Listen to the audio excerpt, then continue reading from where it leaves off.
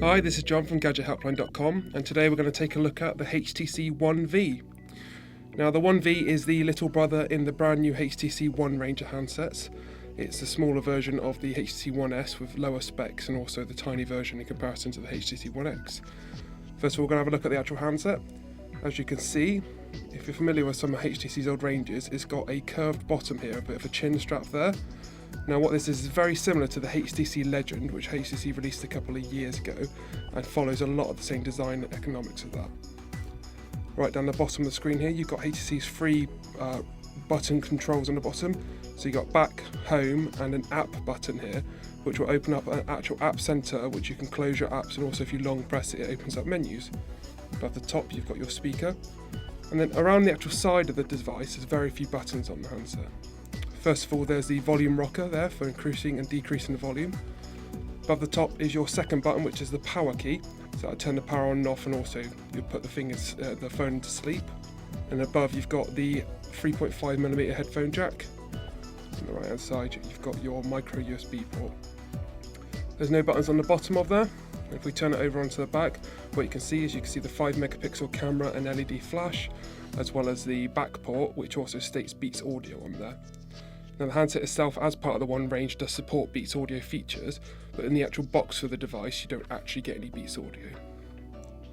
What you've got here on the bottom, which is the actual battery panel as well, and on the top surrounding the camera are some rubber ports which help with non-slip and actually grip on the handset. If we just take a quick look here, take off the bottom of it, what you'll see is the SIM card, micro SD card slot, and then ports in there for the battery. You can't actually remove the battery from the handset, but what that means is that it should all be a bit more secure. Just going to do a quick comparison of the handset now. So what we're going to do is we're going to bring in the iPhone 4S. And what you can see first of all is that the HTC One V has a 3.7-inch display and a resolution on there which is slightly lower at 480 by 800. Okay, the iPhone 4S is a 3.5-inch display, and you can see the HTC One V is slightly longer. We just take that one out now. Right, first of all, the handset itself has a 1 GHz single core processor. It runs slightly faster than some of the previous handsets like the HTC Legend, which has a 600 MHz processor, but what it doesn't have is a dual core processor or a quad core processor like the HTC One X or S. Similar handsets in the range would be something like the Galaxy Ace Plus, Samsung Galaxy W, and a Sony Ericsson Xperia Ray, but the HTC One V is the only one that will be running Android Ice Cream Sandwich version 4.0 straight out of the box. The handset additionally comes with 4 GB of onboard storage, and there is a micro SD card which I showed you a minute ago on the back, so you can expand it up to 32 GB. But as with most HTC handsets, you also get access through to Dropbox, where you can get another 25 GB of Dropbox cloud storage. That's pre-built into the phone, and that is something that you can either sign up to or log into when you actually go onto the handset immediately.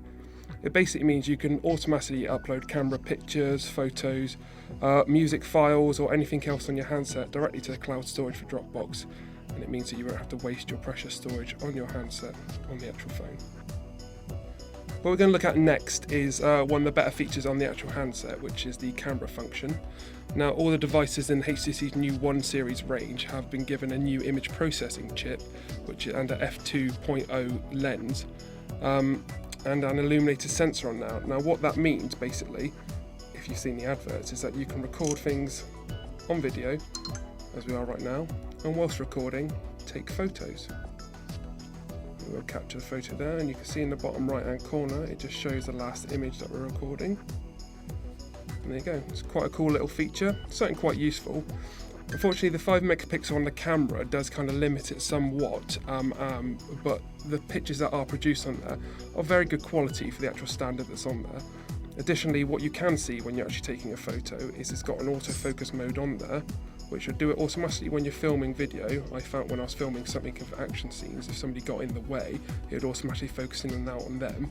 It can be switched off, but when you're actually taking a photo, it does focus on quite niftily. It's one of the better features of the actual handset. If I just click on the images there, I'll just show you some of the images we captured. Playing back. said, it's one of the better features on the handset and something we use quite a lot of, especially the capture there. And so it's quite nice that HTC have realised this in the lower budget handset, so that you don't have to pay out the big bucks just so you can get the quick capture.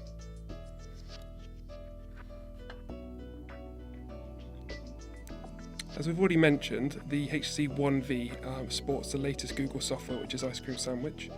Unfortunately, the software itself is slightly cut down, as is the HTC Sense 4.0, which is packed in on top of it.